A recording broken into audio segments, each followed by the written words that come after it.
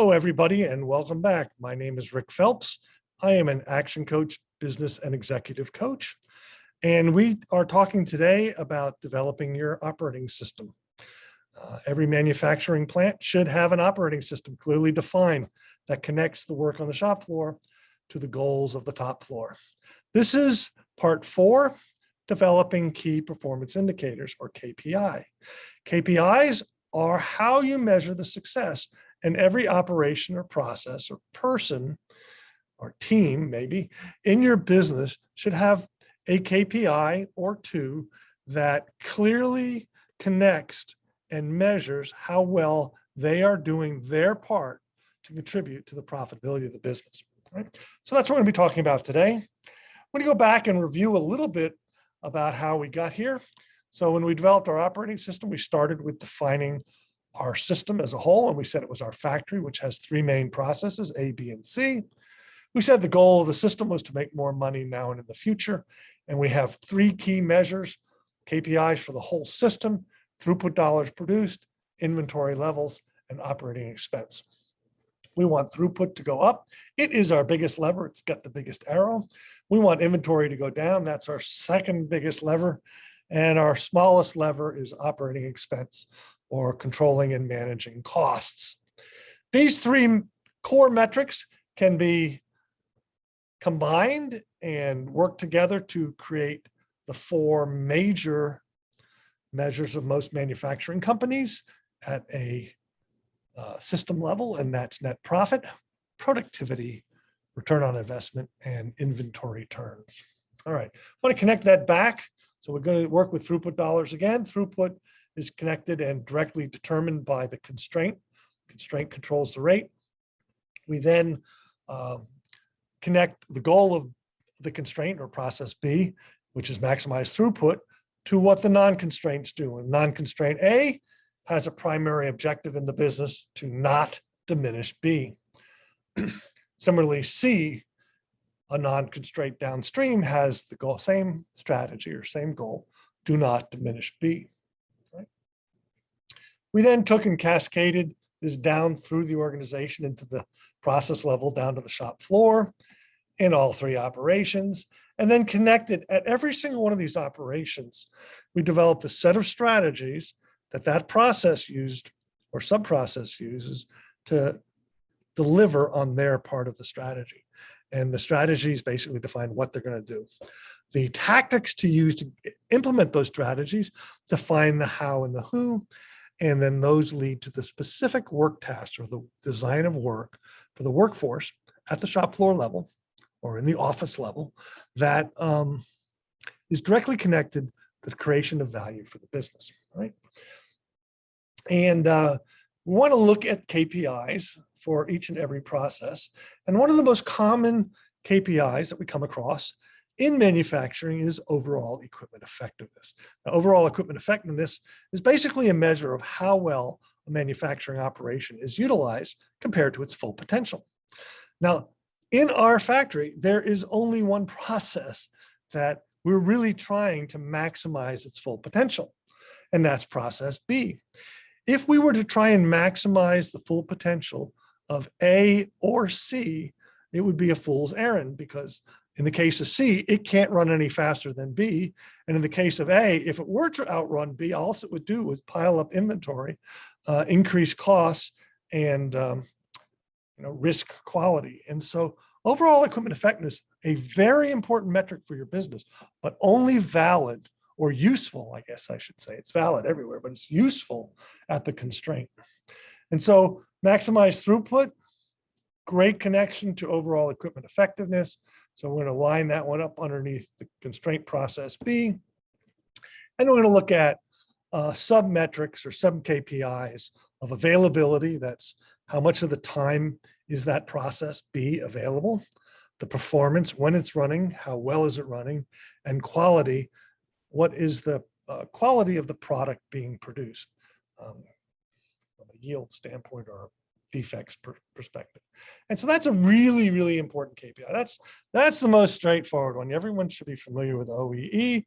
Let's talk now about what we're going to do at A.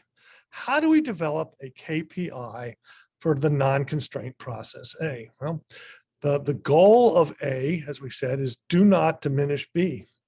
That's job one, all right? And so we can translate that into do not starve B. And what does that mean? How do you translate that? And this is where you're going to have to use your head a little bit and think about it. In this process, how would we know how effective A is at guarding the capacity of B? Okay? And usually it has something to do with the inventory between A and B, right? How full is that inventory being maintained? And so typically there would be a target level of inventory that you want to maintain in front of B. That's the minimum to protect against Murphy or unexpected events. And a metric might be the percent of time that inventory is at or above that target level. Right? But you have to be creative. Think about it. Apply your knowledge of your plant and your process to figure out what the correct KPI is. The second element of do not diminish B is do not pass on bad product, right? If a defective part is created in A and passed to B and rejected after B, we've lost throughput of B, which means we've lost throughput of the entire system. That's a cardinal sin. We don't want to do that. And so you're going to want a KPI or a metric for A that's going to measure how effectively you capture, first of all, eliminate defects, but then capture them and make sure they don't process through B at the very least, right? And if we switch to, before we switch, we're going to be running process A kind of like the Roadrunner. I don't know if you watched the Roadrunner cartoon as a kid. I sure did. It's one of my favorite characters, along with Wile E. Coyote. But the Roadrunner has two speeds, right? Full speed and full stop, right? And that's how we want our non-constraints to run. We want A to, when it's running, run flat out. So when it needs to fill the inventory in the inventory or the buffer between A and B, it needs to run flat out as fast as it can. Then it needs to stop. Right? And okay, your process and your people might be idle. That's good news. That's what you want them to do. So you want to develop this Roadrunner mentality. The last thing you want is for A to lose its protective capacity by not running like a Roadrunner.